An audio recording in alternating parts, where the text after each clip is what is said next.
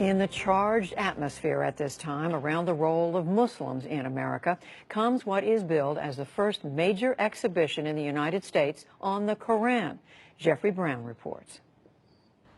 This is one of the great highlights of the exhibition. It's a Quran from the early 14th century, from about 1330, signed by a great master called... Signed.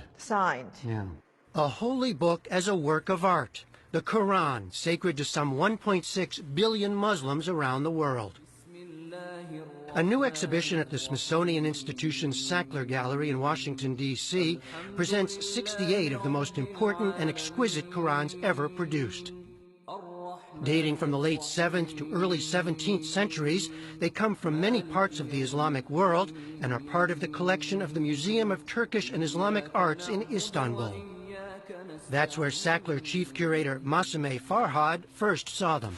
I realized that these were true works of art, that every single one of them was astounding in its sort of mastery of the calligraphy, of the styles, and also of the scale of the works. And that is something that, to me, was very important and motivated me in trying to organize this exhibition, because I thought it really shifted my perception of what these works are, and I'm hoping that it will also shift the perception of the visitors who come to the museum to see the exhibition.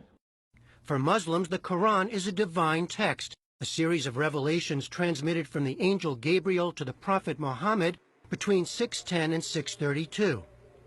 It includes references to earlier figures, including Abraham, Moses, and Jesus. The term itself means recitation. The Quran stems from an oral tradition, but the text was written down and codified in a fixed form not long after the death of Muhammad. Maria Daycake teaches Islamic religious thought and history at George Mason University. One of the things that's rather striking about the Quran when people read it for the first time is that it often takes the form of direct address. So it will say sometimes, "O you who believe." Sometimes it'll address all human beings, "O humankind." It is a series of moral exhortations, exhortations to virtue. It includes many stories of prophets before the time of Muhammad. It's an attempt to grab the listener or grab the reader, to wake them up, to make them think about their life, about the world around them. It's a lot of passages with rhetorical sentences, right? Did you not consider this? Didn't you think about this? How did you get here? This is looking good as well. The exhibition includes furniture, stands to hold manuscripts, and chests to store them. Many of these Qurans were originally commissioned and donated or collected by rulers. Early manuscripts on parchment feature plain ink and simple designs. Later artists and calligraphers developed ever more elaborate and ornate script, illumination, and geometric patterns, in light of Islam's prescription against figurative images, to make each manuscript a singular work. It's how they sort of use their individuality is really quite remarkable, and the greater master, the better they can sort of manipulate the style without breaking the rules, because you could not break the rules of a particular style of calligraphy, but you could sort of stretch them and sort of introduce your own sort of touch to a particular style or a particular type of writing. Some of these masters are well known to scholars, like the maker of this Quran, Abdullah Sarafi, who spent most of his life in Tabriz in northwestern Iran.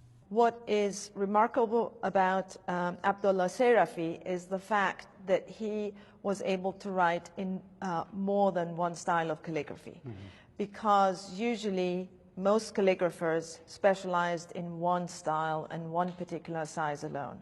It was clearly a Quran that was meant for display. It is so lavish in its use of both illumination, in terms of that sort of very rich black ink, the fact that every gold line is outlined in black. I mean, this is a visual feast and is supposed to be viewed and looked at. So it was meant as a display copy.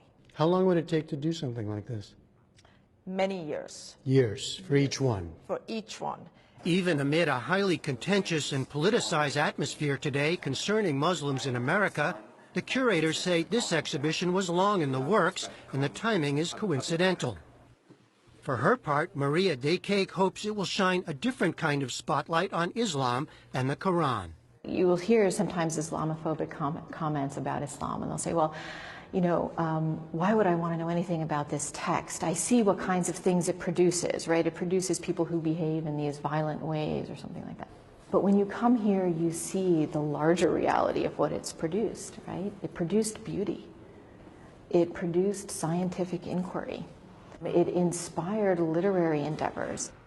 But in a time of Islamophobia, I think what's so valuable about this collection is to see the kind of artistic elements, the beauty that the Quran really brought. The art of the Quran is on exhibition through February. From the Sackler Gallery in Washington, D.C., I'm Jeffrey Brown for the PBS NewsHour.